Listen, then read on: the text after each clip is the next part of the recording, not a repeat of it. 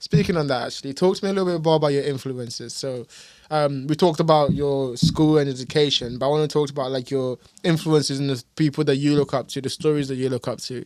So you mentioned, I saw on a recent podcast that you did, that you're a big fan of Star Wars and Lord of the Rings. How did they influence? How did they inspire you in the story that you wrote?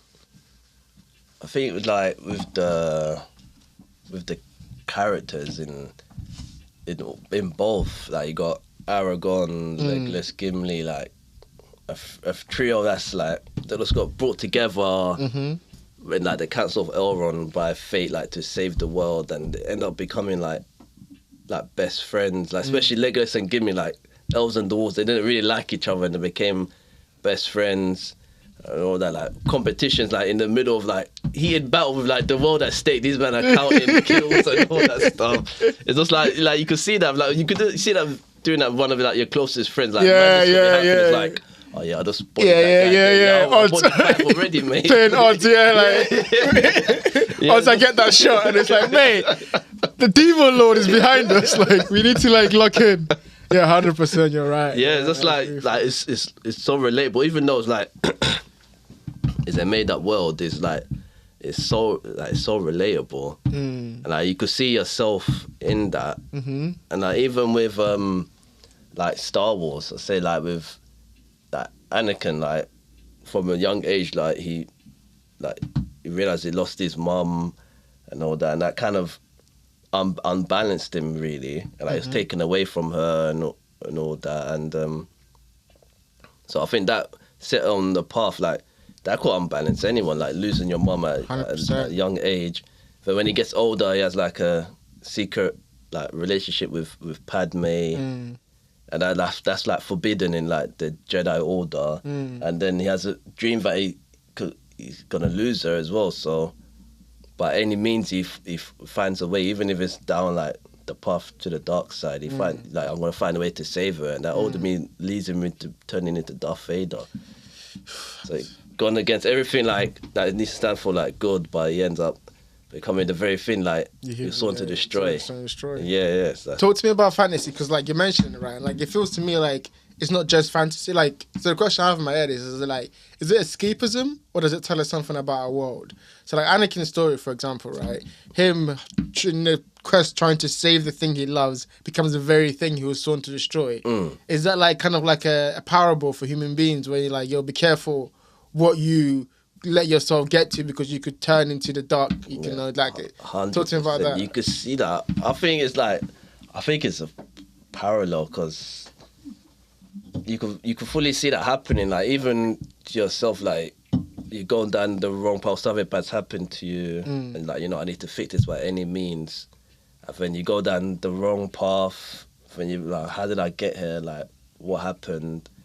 I think it's a proper parallel, and even like some of the villains in the stories, like you could see them in like some figures in like real life, even right now. Like I'm not gonna put man's name on it, but you could see it. You could fully see it, like the influence on the world, like if they're like poisoning the world. Yeah, some Palpatines out there. Yeah.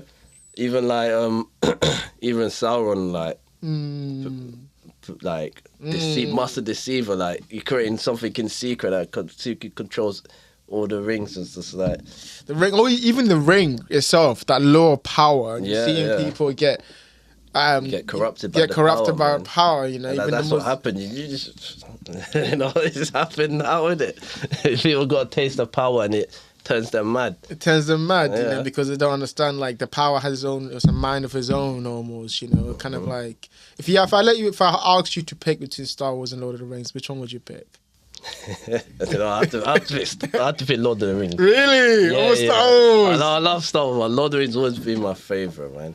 Even like speaking on like Lord of the Rings, Star Wars, even like another book and film I grew up with, like my mum. I watched it with my mum. It was like Watership Down. I know it's about those who know Watership Down. It's about rabbits trying to find a new like warren to live. But I feel like it's so much deeper than that. So the current warren they're at, like the king there, or like the chief there, he's gone fat and lazy. And one of the younger rabbits, or what's his name? I think it's Fiverr. So in the book and like the film, Fiverr seems a bit mad, but he's not. Like, he could see things that's gonna happen. He could foresee it. So they went to him and his brother Hazel went to the king saying, the chief saying, look, something bad's happening. It's gonna happen. We need to go. King's like, no, we don't need to go. We got everything here. We got food, alfalfa, like the grass they eat and all that. Nothing's bad's happening. Like, you're crazy. But Hazel and all that, they believed Fiverr, so they they all left, like help with some of the other rabbits, and it was true. Like, the king got complacent, and when they're leaving, like in the film, you could see a big sign saying ground for development. So they're coming to build houses, and later on you see like their warren getting gassed out and the holes getting filled in. So all the rabbits that stayed there got killed. So it's like, damn, was this a kid story? This is deep. This is deep, mad. bro. Yeah. And then on their journeys there, they realize like everything in the world is out to get them. Like, you got the predators, like the cats, dogs, the hawks, the owls, man themselves, and like their journey. I think it can show like parallels that's happening in our world, like people getting displaced from their homes for new stuff to get built, like complacent, they say, like complacent politicians and all that, just believe everything's fine when it's not. So that when they continue on through their journey, they find this different warren, but it seems a bit sketchy. Like, they got fresh food, but all the rabbits inside are hiding, and this one leader's like, oh yes, we got food, we got everything, everything's fine here. But Fiverr's all going mad, like saying, nah, something feels so off with these people. Like, they feel like it's spooky, innit? So when they find out that the farmer there in that area sets traps for the rabbits and snares them, so those rabbits there are bringing in outsiders, so they don't get killed, but the outsiders do get killed. So they're setting them up, and we know like that happens. We know that people set you up differently. Literally, yeah. bro, setups. That's crazy. I've watched it again recently. I was like, You start making all the parallels. You're like, damn, that's deep. This is deep. And the main warren that's in their way, this the rabbit's name is General what I think, but he's like people say he's a bully, but he rules through like power and like oppression. He's even got like his own police force. Like these mad rabbits was beating up anyone that don't listen and all that stuff.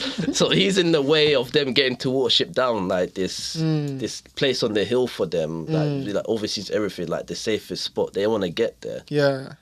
But this guy's stopping them, and he's using anything everything in his power, like his size, like his troops, to stop them. So what they do in the end is like Hazel discovers a plan, like we'll use our own enemy against our new enemy. So they get this dog from the farm, they chop that, they bite through the rope, and they make the dog chase them all the way to that General what's place. I'm saying his name wrong. I'm fully butchering his name. I'm gonna say to the General's place, and the dog like rips them apart. Like, this is like meant to be a children's anime. What's the story called? Watership Down. Like, Watership Down. I need to watch this. The original one is the 1978 one, so it's that proper bloody. The remake one, they haven't made it. Right, so the dog just eats all the rabbits. Yeah, so like all the tough bully ones, like the ones under the general's control, like beat up all the other rabbits that step out of line. They're all running and screaming from the dog. The dog's ripping through them, but the general comes out.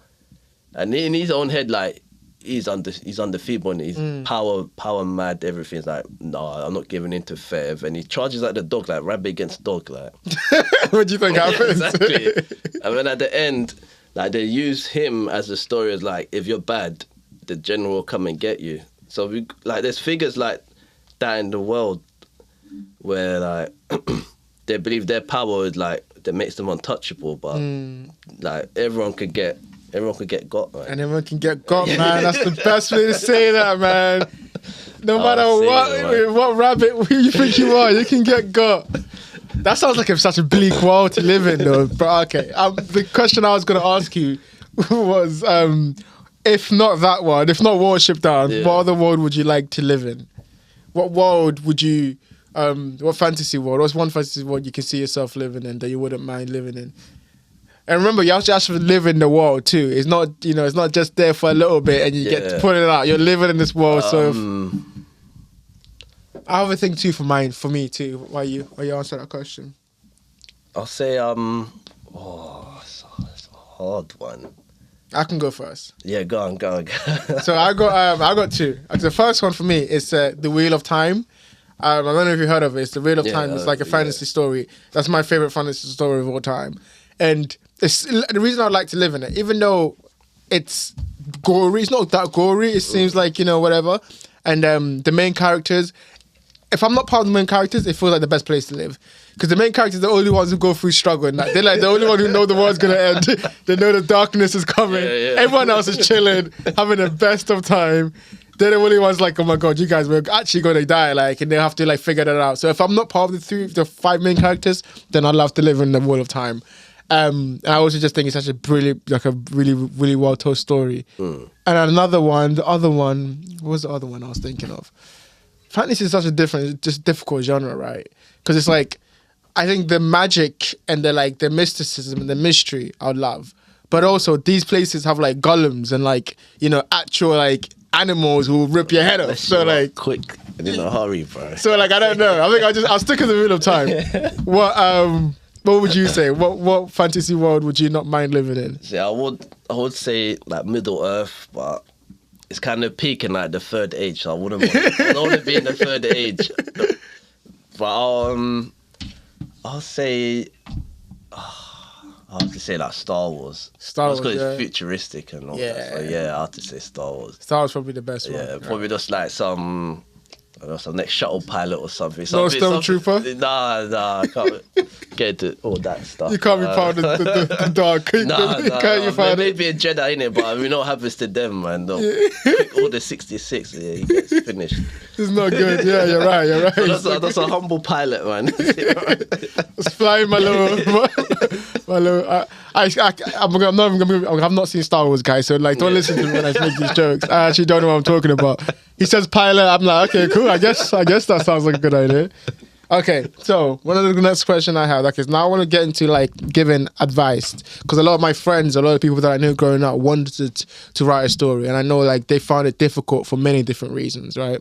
And so I think it'd be good to kind of see the lessons that you've learned from obviously publishing this book, and any advice that you would give to other artists or any other writers that want to go on this journey. And I know even though you're also going on the journey too, so I want to get more into what you envision it going, where you envision it going forward. But before we do that, talk to me a little bit more about how do you know? Because one of the things I speak to my friends a lot about is that they struggle to know the difference between being structured in terms of when it comes to writing a book, right? Being structured and okay, I'm gonna plan every chapter, or just letting it go between just writing out what they feel, writing out how it comes out. Talk to me more about your process of that. What advice would you give to people about figuring out how to balance structuring it and doing it that way, or also just letting it go and just writing it because that was also beneficial for you too, because you can just get the story rolling.